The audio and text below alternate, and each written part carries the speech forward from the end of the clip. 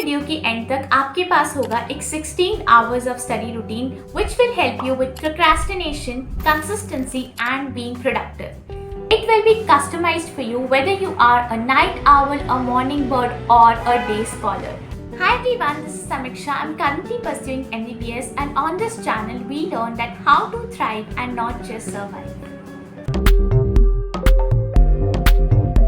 Share this video और इस video के अंदर हमने डिस्कस किया था that how we can complete our syllabus by January और वो भी ऐसे कि हम अपने फाइनल एग्जाम में 650 प्लस से ज़्यादा स्कोर कर सकें।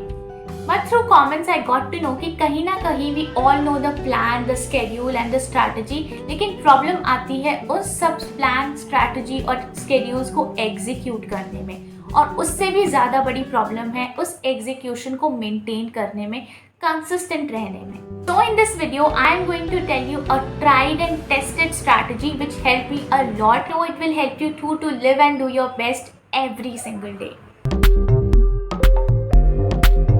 I basically have studied all these rules from this particular book and I love them. I have applied them and I know that they work well.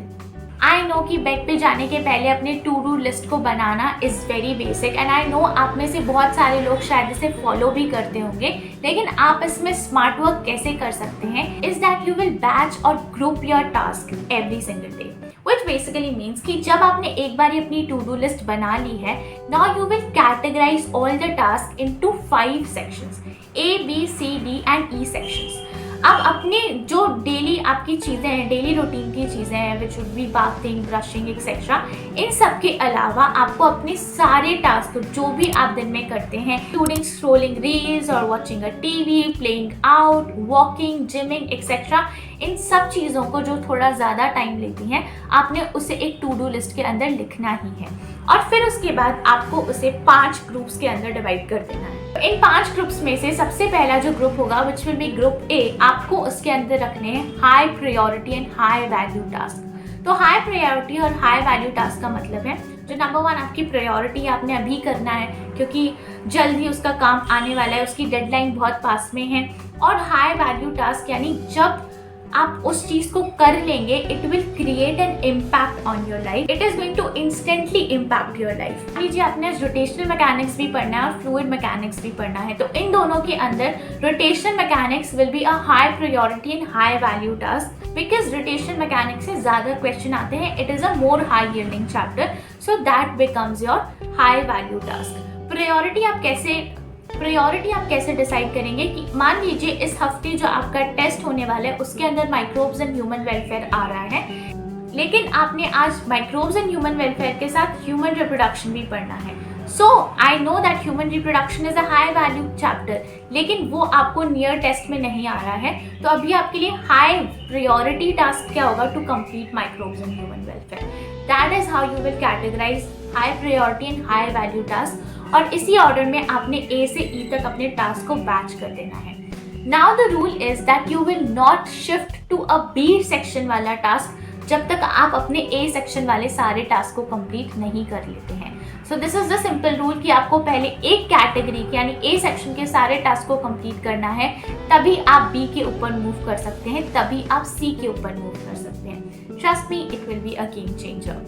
Now designing environment simply means कि आपको अपने environment से वो सारी चीज़ें eliminate कर देनी है जो डिस्ट्रैक्टफुल है। आपको अपने डेस्क पे ऐसी कोई चीज़ नहीं रखनी है जो आपको डिस्ट्रैक्ट कर सकती है। It could be a photo frame which might be distracting you, it can be any single element, जो भी चीज़ आपको डिस्ट्रैक्ट कर सकती है, आपको अपने फोकस जोन से बाहर खींच सकती है, you have to simply eliminate it. और ऐसी हर चीज़ को आपको अपनी डेस्क पे ऐड करना है जो आपको मोटिवेट कर सकती है। Note down this task right now कि आप आज ही अपने डेस्क पे 3 ऐसी क्रिएटिव चीज़ें ऐड करेंगे जो आपकी हेल्प करेंगी ज़्यादा फोकस्ड और ज़्यादा कंसिस्टेंसी से अपने काम को करने में। Now I know most of the students जो कोचिंग में पढ़ते हैं दे हैव देयर डेडलाइंस कि उनका 1 महीने में या 14 डेज में या 2 महीने में टेस्ट होने ही वाला है, so that becomes a deadline कि तब तक उन्हें अपना सिलेबस कंप्लीट करना ही है किसी भी तरीके से। लेकिन जो सेल्फ स्टडी स्टूडेंट्स हैं उनके लिए ये एक चैलेंजिंग टास्क हो सकता है, उन्हें नहीं पता होता कि उन्हें कब तक अपना सिलेबस इतना कंप्लीट कर लेना है, इतने चैप्टर्स कंप्लीट कर लेने हैं। सो दे एंड अप प्रोक्रेस्टिनेटिंग मोर और वो कम डिसिप्लिन हो पाते हैं। तो अगर आप चाहते हैं कि आप रोज अपना काम करें, जो आपने सोचा है वो आप उस दिन कर पाएं, to simply create deadlines. Tracking your progress every day will be a golden step जो आप अपनी कंसिस्टेंसी के टुवर्ड्स ले सकते हैं। So I have recently signed up by myself for a 7-day challenge, और इस चैलेंज के अंदर मैं ये सारी एक्टिविटीज करने वाली हूँ। और इन सारी एक्टिविटीज़ के लिए मैंने एक ट्रैकर शीट भी बनाई है जिसके अंदर मैं रोज़ ट्रैक करूँगी कि मैं इस चीज़ को कर पा रही हूँ या नहीं। और ट्रैकिंग सिस्टम के अंदर मैंने 2 एक्स्ट्रा कॉलम्स ऐड किए हैं। If you can see, it is feedback and grading system. तो हाँ, मान लीजिए मैंने आज चैप्टर जो डिसाइड किया था वो पढ़ा तो है, but I will grade my self कि मैंने कितने अच्छे से पढ़ा है। From A to D I will grade my self that it's an A, B, C और D। और साथ में एक फीडबैक भी मैं लिखूंगी कि मैं कैसे उसे बेटर कर सकती थी या मैंने इतना अच्छा किया। So to motivate myself और टू इम्प्रूव माई सेल्फ, मैं 1 लाइन ऑफ फीडबैक भी उसमें रोज लिखूंगी।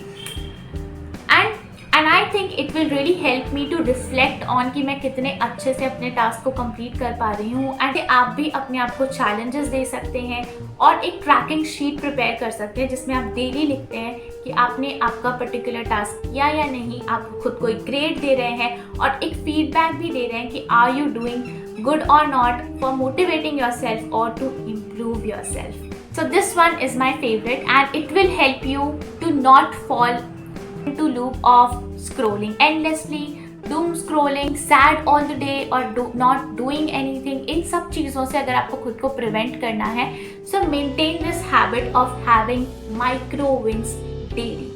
रोज आपने अपने हाई प्रायोरिटी टास्क में से तो कुछ कंप्लीट करना ही है जिसके ऊपर आपको प्राउड फील हो। You have to give yourself micro wins every single day.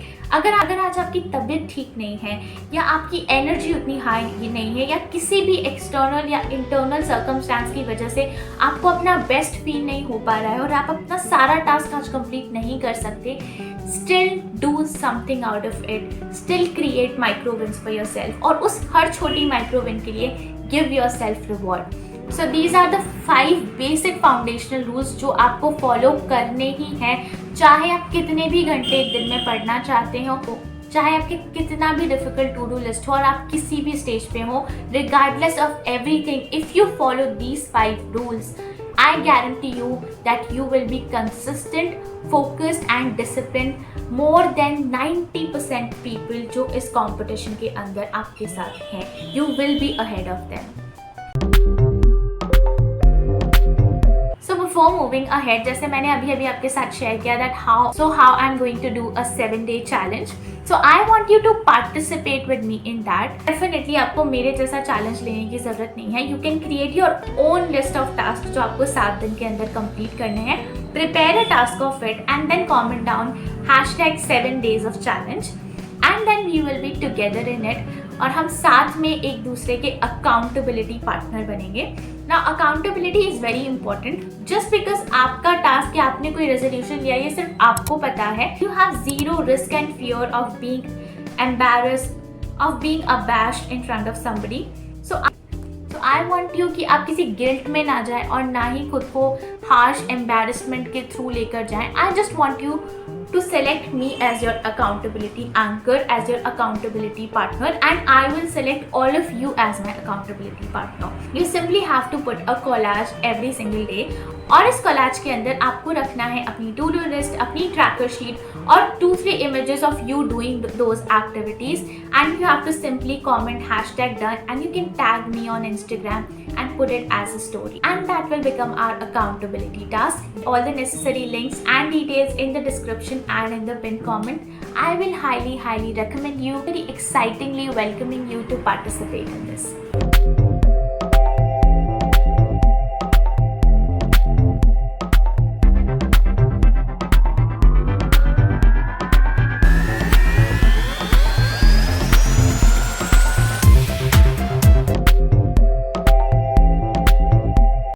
I've already told you कि हम लोग एक दूसरे के अकाउंटेबिलिटी पार्टनर होने वाले हैं। So accountability will not be an issue और हमें इसे डिटेल में डिस्कस करने की ज़रूरत नहीं है। But still for everybody accountability basically means being liable, being responsible for something. और हम generally being humans what we do is कि हम अपनी सारी गलतियाँ, सारे जो भी चीज़ें हम नहीं कर पाते हैं, we generally blame situations, circumstances और पीपल फॉर देम, कि उनकी वजह से या ऐसी हालात की वजह से, ऐसी सिचुएशन की वजह से हम पर्टिकुलर चीज़ नहीं कर पाए, वरना तो हम कर लेते। बट वी नीड समबडी जो हमें एक रियल मिरर दिखा सके रोज, that no it is on you did the wrong thing. अगर आपने ऐसा नहीं किया होता so you might not, so आपने शायद अपना टास्क कंप्लीट कर दिया होता। Having an accountability partner is such a privilege in this time, क्योंकि आपके साथ कोई है जो आपकी तरह की, आपकी सिमिलर विजन के साथ चल रहा है, आपके सिमिलर गोल्स के साथ चल रहा है, और वो रोज़ आपको रिफ्लेक्ट करवाता है कि आप कहाँ तक पहुँच पाए हो, और रोज़ आपको याद दिलाता है कि आपको रोज़ अपने गोल के टुवर्ड्स चलना ही है। So I will recommend you, आप जिस भी तरीके से चाहते हैं एक अकाउंटेबिलिटी पार्टनर चूज़ कीजिए अपने लिए। I have made once ChatGPT my accountability partner, it can be with you as well. अगर आपको कोई नहीं मिल रहा है जो मेटा AI है, ChatGPT, make them your accountability partner and tell them whether you have done something or not. Reflect yourself. You can make diary your accountability partner. Journal every day. Reflect on आपने क्या क्या किया आज और क्यों किया, आपने आज क्या किया, कैसे किया, क्यों किया, किस तरीके से आपको करना चाहिए था। Sit with yourself and reflect on what you have did.